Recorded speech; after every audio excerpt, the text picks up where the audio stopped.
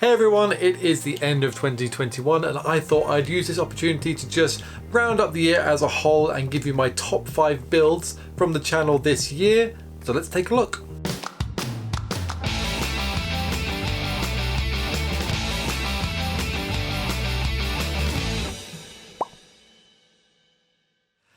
Now this year has been a very difficult year for making for me. It's been very tough in my own personal life, so my creative side has actually suffered a fair bit. That obviously impacts the number of builds I can do and just the motivation to actually do them, and then of course bringing you guys along is an extra step, so it's been very tricky to make the content this year. So that's why I thought it might be a nice exercise for the end of the year to just highlight those top 5. And there might be a prop or video you haven't seen, so if there's something that you like, do go check that out. It means a lot if you check out the videos. And yeah, let's get started. At number 5 we have this. This is my 104th Wolfpack Phase 2 Clone Trooper helmet. What a mouthful.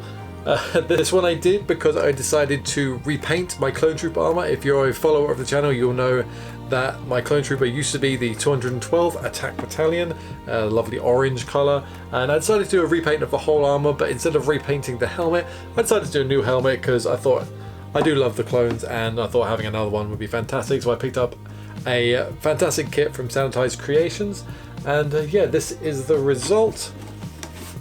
It is a beaut of a helmet.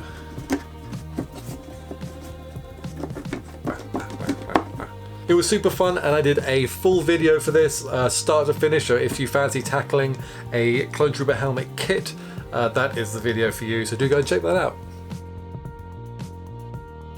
At number 4 we have the Uruk-hai Scimitar, which you can see here. Now I don't actually have this one because this one has gone to a new home now, but this was an amazing build that I really enjoyed doing early in the year.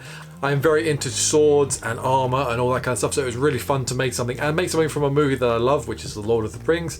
Yeah, as I said, this is now with someone else in their home, in their collection, which is great. I love that my builds end up out there. You know, sometimes it's a wrench selling them, but yeah, I hope they can enjoy that. That was made from cut aluminium like this, so this is a blank from one of those. I still have a couple of these in my Etsy shop, so if you fancy building one of those yourself, yeah, there's a couple left, just a couple, and I probably won't be doing any more, so if you want to pick that up, it comes like this with a handle and leather, and all you gotta do is shape and paint it, and yeah, fun little project. But yeah, this was how it started, and I hammered it, sanded the hell out of it.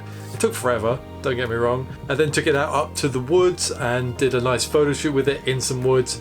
The hill and woods that I found to take photos look exactly like the part from the Fellowship of the Ring where they're fighting on the hill, so that was great. But yeah, I really enjoyed that one, and that's why it's number 4 on the list. At number 3 is this. This is my Death Eater mask, which I picked up from AliExpress as a raw kit, and then I did the whole paint job on it. It's actually my previous video, you can go check that out up here. But yeah, this was really fun. It was my first time using Molto liquid chrome to get a really high gloss metal finish, and as you can see, the metal finish is fantastic. I then went in with rust powders at the mouth here. Look at that. Sorry, yeah. You can see there it's all rusty and everything around the mouth, which I think looks fantastic, and my idea was if you're breathing in and out of the mouth and nose, you're going to have moisture and stuff around there, so if this was metal, that's where rust would accumulate. There's some lovely rust like down in the eyes and everything too, and just because how well I think the paint job did turn out, number 3 on the list. At number 2 is one here you won't have seen on YouTube. It's actually a build that I only posted over up on my Instagram page. That's BucketheadStudios if you want to go and check that out.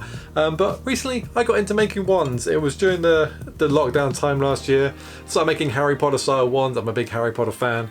And this is one of mine that I keep in my collection that I made myself. But the one that I made that's number 2 on the list is this one. This was a customer that reached out to me and they said they wanted a dueling wand, one that was like for an aura, and they wanted it to have kind of like a curved design. So we decided to go for something that was akin to like a dueling pistol, you know, one of the old 18th, 19th century ones where you stand and draw and do that. They've got a really nice curved handle to them, so I did a wand inspired by that. This one is number 2 on the list because I was just very proud of the technical achievement that I managed with that. I bought a big hunk of brass and managed to shape that down to a very nice curved end. The whole thing there is like made by me. The handle was an ebony, I believe, and had an asymmetrical design which just looked like an organic kind of gun grip, you know, and I was just so happy with the overall weight and feel of that project in particular, and yeah, that's why it's number 2 on the list. And at the number 1 spot, my favorite build of this year is this guy. This is my Jedi Temple Guard mask, and I just couldn't be happier with the amount of work that went into this and the result that came from it. Now, this was a kit from a maker called Props Foundry. It was a resin kit. The mask kit was actually too small for me. I've got quite a big head, so what I ended up doing was cutting the mask basically across the middle and extending it and then reshaping and filling everything.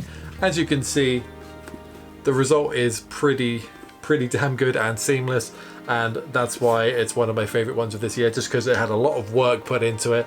And then yeah, with the finishing, I did a faux gold leaf finish on all this, so this is all actually leafed down with glue, which is why it looks so crisp and clear, and also yet kind of old, and it's just got a look that paint really doesn't have. I then went and fashioned a leather hood to go behind. This was patterned off of my own head, so this is a very snug fit to my head. And there's a zip that goes up there. There's no sewing involved, it's all leather glued to itself, so it's actually pretty solid and it really fits my head very well. Again, yeah, I will be doing more of this costume soon. I've got the shoulders printed out and midway going through. I've had a shirt made for it already, which I have in my possession. It's all going very well, and I'm just going to be piecing more bits together for this costume going into next year. Hopefully I'll get it done next year, and for all those reasons, that's why this is number 1 this year. Thank you so much for joining me for this video. Your support means a hell of a lot, and it does really help me motivate through getting props and stuff and filming it for you guys, so you guys can come along. Thank you to everyone who has subscribed. I'm sure a lot of you watching are subscribed. If you're not subscribed, do consider subscribing. We have lots of prop and costume goodness on this channel all the time, and I hope to hit the ground running next year and bring you a lot more videos. Again, if you want to follow me on social media, the place I'm most active is on Instagram, and that is BucketheadStudios. I do try and reply to everyone if you leave comments and everything. Same down below, if you want to leave comments on this video, I do my best to respond to everyone. And yeah, if you have any questions, go ahead. Other than that, I hope you all had a great 2021. As I said, mine was tough, but let's go into the new year with some positive attitudes. I wish you all the best going into 2022. Be safe, be productive, be creative, and I will see you there. So until then, take care. Bye bye.